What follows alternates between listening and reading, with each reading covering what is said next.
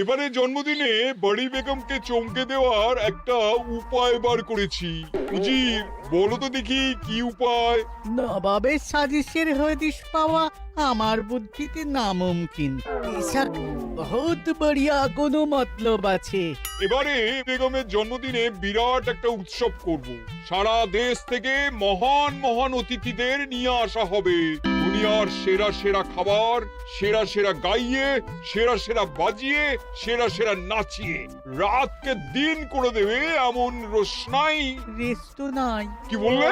বহুত বড়িয়া আপনার সোচ, লেকিন মাফ করবেন হুজুর, রাজকোষের অবস্থা খুবই খারাপ। উৎসব করার মতো তো রেস্ট নাই জাহাপানা। কোনো কথা শুনতে চাই না। আমি হলাম গিয়ে বাংলার নবাব। আমি আনন্দ হই হুল্লোড় করবো না তো কে আর করবে? একদম ঠিক জাহাপানা, কিন্তু কর বসিয়ে টাকা তোলো। সব কিছুতেই কর বসানো আছে জাহাপানা। হাসি কান্না ছাড়া আর কোনো কিছুতেই কর বসানো যে বাকি নেই। তার ওপরেই কর বসাও। হাসি কান্নার ওপর কর? না, শীতকাল আসছে, বসাও বসাও কর হাঁচির ওপর। হ্যাঁ, হাতির ওপর কর? বসাও। ওরকম মুখ করে আছো কেন? যদি না পারো তো বলে দাও, আমি অন্য উজির নিয়োগ করব। আমি আজই ঘোষণা করে দিচ্ছি, এবার থেকে হাতির ওপর কর দিতে হবে। হ্যাঁ, তো জানাব, এতে প্রজারা যদি ক্ষুব্ধ হয়? আরে বাবা, প্রজাদের কাজই তো মাঝে মাঝে ক্ষুব্ধ হওয়া। তা ঠিক হুজুর। আমাকে কদর করে এমন কিছু সন্ডা আছে, তাদেরকে কাজে লাগাতে হবে। বহুত খুব জাহাপানা। তাহলে হাঁচি গোনার লোকের ব্যবস্থা করে নি। ওই সন্ডারাই হাঁচি গুনবে। ওদের স্বেচ্ছাসেবক হিসেবে নিয়োগ করো। বহুত খুব জাহাপানা। সব জায়গায় লোক পাঠাতে শুরু করো। তবে কৃষ্ণনগরে বেছে বেছে লোক পাঠাবে। আর মনে রেখো, ওখানে গোপাল আছে।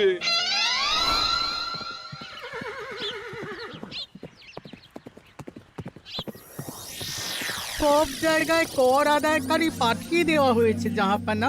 আপনার কথা মতো তাদের বলে দেওয়া হয়েছে যে আদায় হওয়া করের 10% তাদের বেতন হিসেবে দেওয়া হবে। সুতরাং কর আদায়ে কোনো ঢিলেমি হবে না। বহুত আচ্ছা, বহুত আচ্ছা।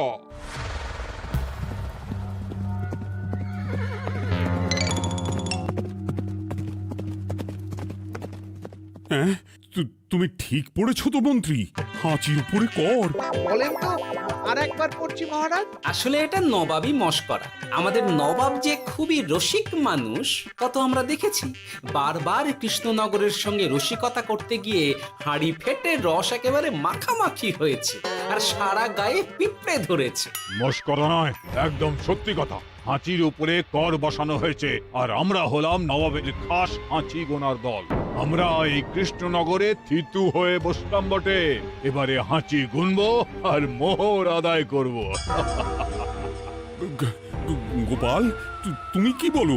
সর্দার, তোমাদের এখানে আসা একেবারেই লোকসান হয়েছে। কেন মশাই? আচ্ছা, আপনি গোপাল? না না, আপনার কোনো কথাই শুনবো না। আমাদের বই বই করে বলে দেওয়া হয়েছে, গোপাল হইতে সাবধান। সর্দার, আমি তোমাকে সাবধান হতেই বলছিলাম। হাঁচি ধরতে গেলে তোমাদের খুব সতর্ক থাকতে হবে, কারণ এই কৃষ্ণনগরের বাসিন্দাদের শরীর স্বাস্থ্য এত ভালো যে এখানে কেউ হাঁচে না, কাশে না, ঢেকুর তোলে না, ইয়ে করে না। বলেন কি মশাই? এটা তো নবাবকে জানাতে হচ্ছে। যাও যাও, এক্ষুনি মুর্শিদাবাদে ফিরে গিয়ে নবাবকে জানাও। ওরে, কেউ এদের যাওয়ার ব্যবস্থা করে দে। ওই তো হেঁচেছে। হাঁচি এক, পুরো এক মোহর। হাঁচি দুই, দুই মোহর। আরে, এটা তো হাঁচির বাচ্চা, এটা তো ধরলে চলবে না। কেন? হাঁচি হলেই তো হলো। কি করব সর্দার, লিখবো? দেখ, একবার গুনে যখন ফেলেছি পুরো ছাড়তে পারবো না। আধমোহর লেখ। এটা কাশি, কাশিতে কোনো করের কথা নেই। লেখ লেখ লেখ লেখ লেখ। হাঁচি তিন, পুরো এক মোহর। হাঁচি চার,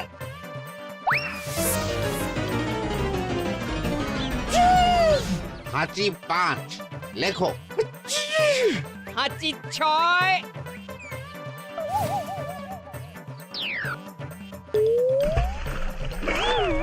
যা ঝাঁকি রে, শুনেছিলাম কৃষ্ণনগরের মন্ত্রীটা মাথা মোটা, প্রমাণ হয়ে গেল। জল থেকে উঠবে যখন ঠান্ডা লেগে হাঁচি তো আরো বাড়বে। জলে বুড়ুবুড়ি উঠছে, বেটা জলের তলায় তলায় হাঁটছে। হাঁচি 7। এখনো তো ফিরলো না, বেলা গড়িয়ে দুপুর হয়ে গেল। ভাববেন না রাজামশাই, আমরা যারা যারা এখানে এসেছি সবাই ধড়িবাজ লোক। মন্ত্রীর হাঁচি নিংড়ে নিয়ে ফিরবে। ছি ছি ছি ছি ছি ছি ছি ছি ছি। কি হলো গোপাল? আমরা কৃষ্ণনগরের প্রবাদ প্রতিম আতিথেয়তার অসম্মান করেছি মহারাজ। কেন? কিভাবে? কখন? এখন মহারাজ, এখন এনারা সেই সুদূর মুর্শিদাবাদ থেকে এসেছেন, আর আমরা এতক্ষণ শুধু অন্য কথাই বলে চলেছি, এনাদের আপ্যায়নের ব্যবস্থা করিনি। তাই তো। মহারাজ, আপনি ব্যস্ত হবেন না। এই কে আছো? শোনো, এদের রাজ অতিথিশালাতে থাকার বিশেষ ব্যবস্থা করো। এদের খাবার যাবে মহারাজের পাকশাল থেকে। এদের সব সুবিধে অসুবিধে দেখার জন্য দাস দাসী নিযুক্ত থাকবে। চলো হে চলো। আরে দাঁড়াও সর্দার, হ্যাঁ বলুন। তোমাদের তো আবার গোপালের কথা শোনা বারণ। আমার ব্যবস্থায় বোধহয় তোমরা থাকবে না। বাদ দিন তো, আসলে ভয় ছিল আপনার বুদ্ধিকে, আর ভয় নেই। কেমন আগু পিছু বিচার না করেই বলে ফেললেন এখানে কেউ হাঁচে না। বুঝে গেছি, আসলে গোপাল হলো গল্প। চলো হে চলো, ও বড্ড খিদে পেয়েছে। প্রহরী, এই সর্দারের দলের বাকি লোকগুলো এলে এদেরকেও অতিথিশালায় নিয়ে যেও। হ্যাঁ, আচ্ছা। কি গোপাল, এই রক্তচোষাগুলোর জন্য তুমি রাজনিবাস আর রাজভোগের ব্যবস্থা করে দিলে? গোপাল কার পক্ষে মহারাজ? এতক্ষণ গোপালের সব কাজ তো কৃষ্ণনগরের বিপক্ষে গেল। বটেই তো, আমি মনে মনে গণনা করে দেখলাম গোপালের শুল যোগ শুরু হয়েছে। আগামী 1 যুগ ধরে গোপাল যেখানে থাকবে সেখানে রাহুর প্রকোপে দুঃখ দারিদ্র মহামারী একসঙ্গে এসে ধরা পড়বে। মহারাজ, গোপাল কখনো কৃষ্ণনগরের খারাপ ভাবেনি। সে যখন ওই রক্তচোষাদের রাজভোগে রাখার ব্যবস্থা করেছে, তখন বুঝতে হবে এর মধ্যে একটা ঘোরতর পেঁচ আছে। গোপালই তাহলে বলুক, কি পেঁচ? মহারাজ, মানুষ বিলাসের সুযোগ পেলে কাজ ভুলে বিলাসেই ডুবে থাকে। কত সম্রাট মহাসম্রাট বিলাসিতায় ডুবে কত সাম্রাজ্য মহাসাম্রাজ্য ভেঙে টুকরো করেছে। এরা তো নবাবের পাঠানো কিছু মূর্খ বালক মাত্র মহারাজ। এদের রাজভোগে ডুবিয়ে দিলে হাঁচির কথা কি এদের মনে থাকবে?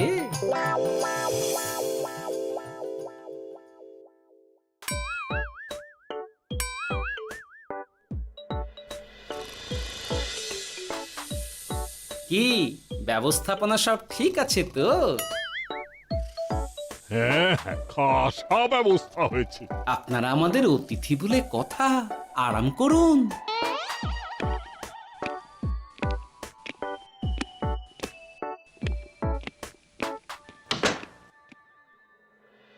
বিজ্ঞানী, তোমার এই দুমুখ আয়না আবিষ্কার তোমার জীবনের সেরা কাজ। একদিক দিয়ে আয়না, অন্য দিক দিয়ে কাঁচ।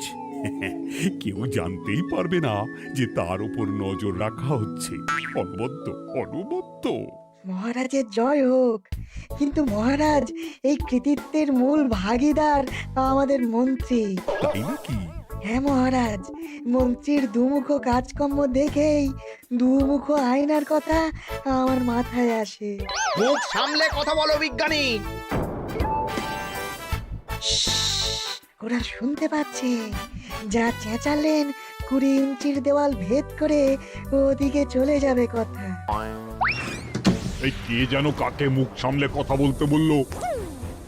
ওই ওই বাইরে কেউ বলেছে। এই তোমরা সবাই শোনো, অতিথিদের যেন আদর যত্নের ত্রুটি না হয়।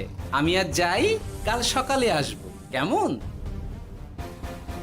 গোপালকে নিয়ে নবাব আর উজির যেমন ভয় দেখিয়ে দিয়েছিল, গোপাল কিন্তু সেরকম নয়। এই তোরা কি বলিস? না না না না না না, গোপাল একটু ওই হাবা গোবা আছে দাদা। দেখো দেখি কেমন বুক পেতে দিয়েছে, এবার ওদেরই বুকে বসে ওদেরই দাড়ি ওপরাবো।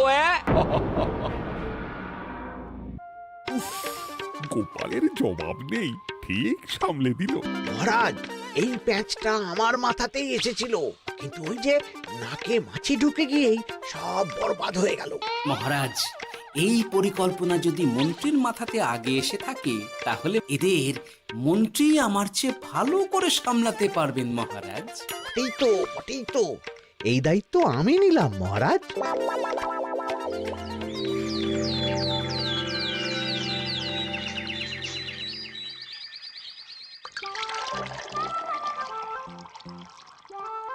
আহা, সকালে ঘুম থেকে উঠে এই রকম বেলের পানা যেন স্বর্গের অমৃত। আছে আছে, আরো আছে। পানীয়, খাদ্য, আরাম, আয়েশ, যত চাও তত পাবে। এ কি, আপনি গোপাল কোথায়?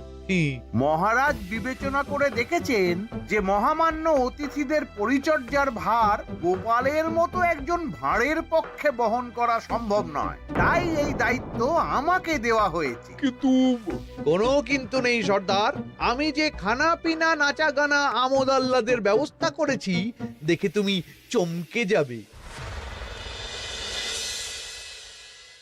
দেখা নয় বিজ্ঞানী, এবার শুধু কাজের সময়। কাল মন্ত্রীর উপর ওদের ভার ছেড়ে দিয়ে কৃষ্ণনগরের যে সর্বনাশটি করেছো, কোনো কাজ করে আর সেটিকে সামলানো যাবে না। হ্যাঁ, আহা, তোমার দেখছি মন্ত্রীর উপরে একটুও আস্থা নেই। ঠিক কি প্যাচ করছো বলো তো? প্যাচের কথা পরে হবে, তোমাকে যত তাড়াতাড়ি সম্ভব হাঁচির ওষুধ আবিষ্কার করতে হবে। হাঁচির ওষুধ? হ্যাঁ, হাঁচির ওষুধ। ওভাবে দেখছো কি বন্ধু, তোমাদের কাজের সব দায়িত্ব এখন আমার কাঁধে। তোমরা আমোদ করবে আর আমি কর আদায় করে তোমার হাতে এনে তুলে দেব। সর্দার, এর মধ্যে একটা চাল আছে মনে হচ্ছে। কি আর আমি বুঝিনি। এখন কি করবে? বিশ্বাস করে আদায় উসুলের ভার এর উপরে ছেড়ে দেবে? পাগল নাকি? মন্ত্রী মশাই, বলো বন্ধু। বলছিলাম আর দেরিতে কাজ কি?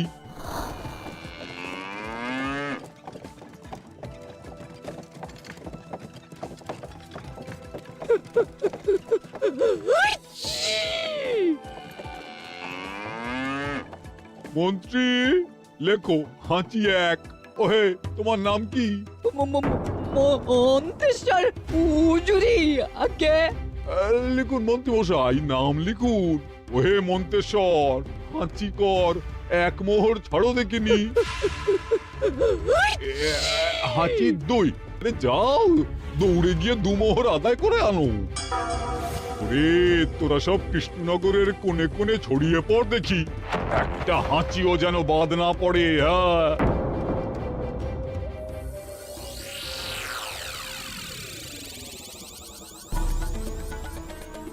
এটা হুজুরে আলাক বর্ধমান, খাম্বাত এবং কৃষ্ণনগর থেকে। চমৎকার চমৎকার। তাহলে গোপাল কিছু করতে পারেনি, আমাদের যুব শক্তি কৃষ্ণনগরকে পুরো নিংড়ে নিয়ে আসছে। মহারাজ কৃষ্ণচন্দ্রের একটা আবেদন আছে জানাব। এই হাঁচি করের 30% যদি ওই রাজ্যকে দেওয়া যায়, তাহলে আদায় উসুল আরো ভালো হবে। ওরা বলেছে যে আপনি যদি 30% দেন, তাহলে কর আদায় একেবারে জান লড়িয়ে দেবে। মঞ্জুর মঞ্জুর।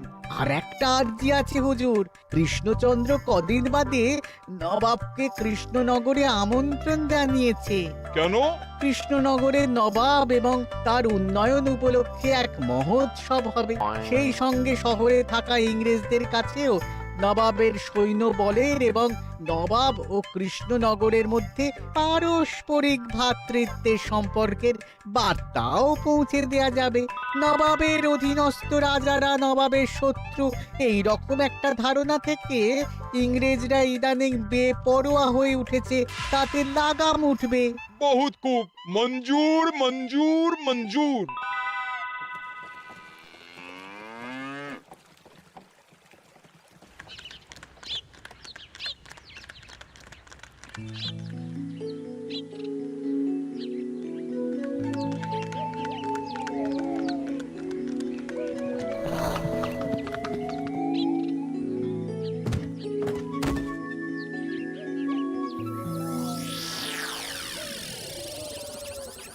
কি ব্যাপার গোপাল? জাহাপনা বলুন, কি খিদমত করব? আমি যা বলবো তাই করবে। অবশ্যই জাহাপনা। কি আবার উজির, তুমি সাক্ষী, মহারাজ কৃষ্ণচন্দ্র আপনিও সাক্ষী। গোপাল আমাকে কথা দিয়েছে আমি যা চাইবো তাই করবে। গোপাল, তুমি আমার সঙ্গে মুর্শিদাবাদ যাবে। এখন থেকে আমার দরবারের বিদূষক হিসেবে থাকবে, কেমন? ওরে ওরে ওরে ওরে ওরে তোরা বাজনা বাজা। এখন থেকে গোপাল আর কৃষ্ণনগরের নয়, গোপাল মুর্শিদাবাদের। জোরসে বাজা।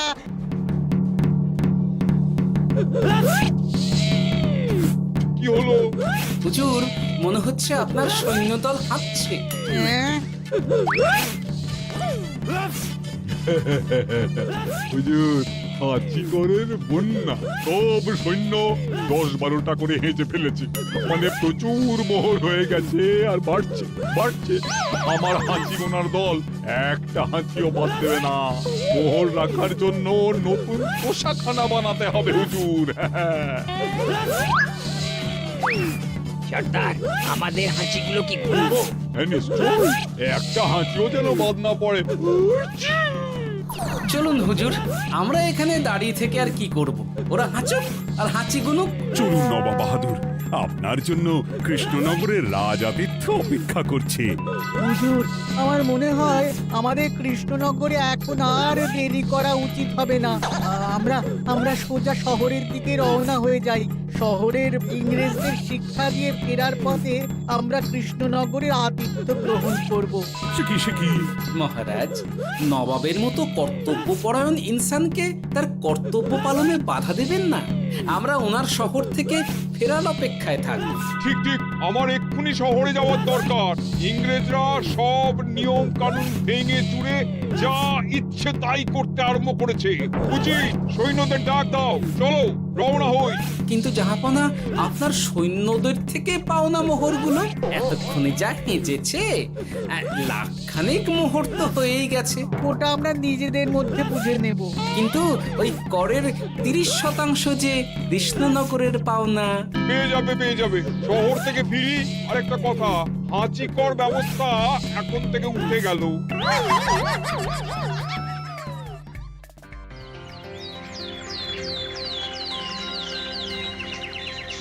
মহারাজ, কিভাবে গোপাল ভাঁড় মহাশয় নবাবের উন্মাদের মতো জারি করা ওই হাঁচিকর থেকে আমাদের সকলকে রক্ষা করেছেন তা আমরা সকলেই জানি। খাম্বাজের তরফ থেকে তাই গোপালকে সামান্য উপহার।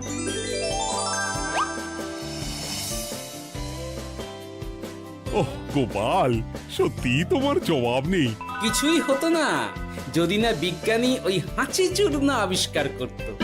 এই উপহারের অর্ধেক কিন্তু বিজ্ঞানী।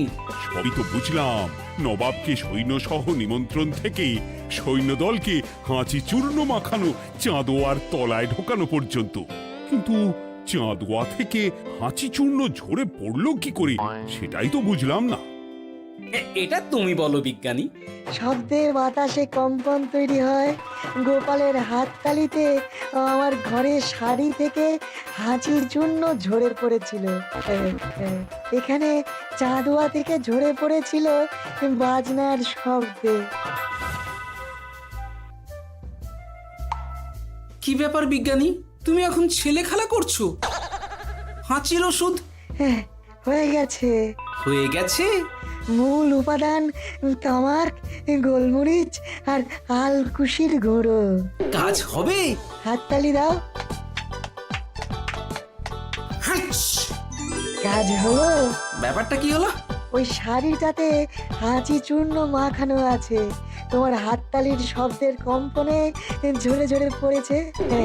একবার নাকের কাছে এলে পিঁপড়ের থেকে পিশাচ হাঁচতেই হবে। হাঁচতে হবেই হবে। নবাব যদি বাজনা বাজাতে না বলতো। আমাদের বাজনদাররা তৈরি ছিল মহারাজ।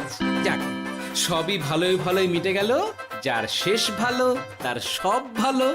ব্যাস, এখন শুধু একটাই কাজ বাকি।